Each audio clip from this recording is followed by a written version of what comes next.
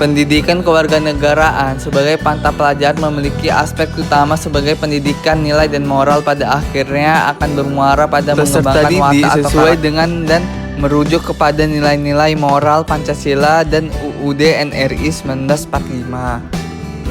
Nilai dan moral Pancasila dari UUD NRI tahun 1945 secara sistematis dan sistemik dikembangkan dalam diri peserta didik.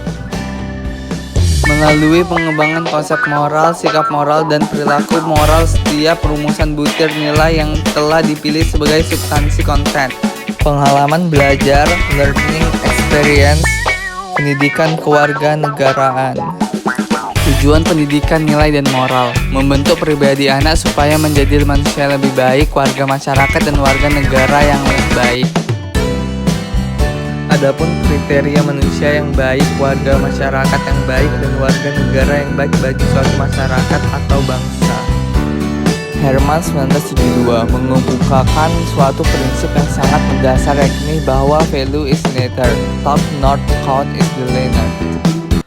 Yang artinya bahwa substansi tidaklah semata-mata ditangkap dan diajarkan, tetapi lebih jauh dicerna dalam arti ditangkap, diinternalisasi, dibakukan.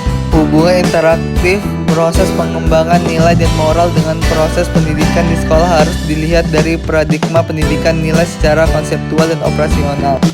Secara teoristik, nilai moral berkembang secara psikologis dalam diri individu mengikuti perkembangan usia dan konteks sosialnya. Menurut Peraturan Menteri Pendidikan Nasional Nomor 22 Tahun 2006, mata pelajaran pendidikan kewarganegaraan merupakan mata pelajaran yang memfokuskan pada pembentukan warga negara yang memahami dan mampu melaksanakan hak-hak dan kewajibannya untuk menjadi warga negara Indonesia yang cerdas, terampil, dan berkarakter. PKN bertujuan agar peserta didik memiliki kemampuan berpikir secara kritis, rasional, dan kreatif dalam menanggapi isu kewarganegaraan. Partisipasi secara aktif dan bertanggung jawab dan bertindak secara cerdas dalam kegiatan bermasyarakat, berbangsa, dan bernegara, serta anti korupsi.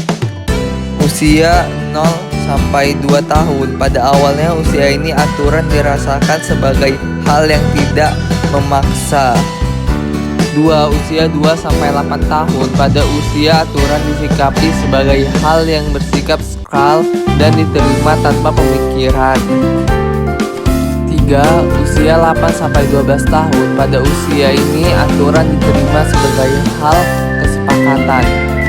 Tahapan pada domain pelaksanaan aturan. 1. Usia 0 sampai 2 tahun. Pada usia ini aturan dilakukan sebagai hal yang hanya bersifat motrik saja. 2. Usia 2 sampai 6 tahun. Pada usia ini aturan dilaksanakan sebagai perilaku yang lebih berorientasi pada diri sendiri. 3. Usia 6 sampai 10 tahun. Pada usia ini aturan diterima sebagai perwujudan dari kesepakatannya. 4. Usia 10 sampai 12 tahun. Pada usia ini aturan diterima sebagai ketentuan yang sudah dihimpun.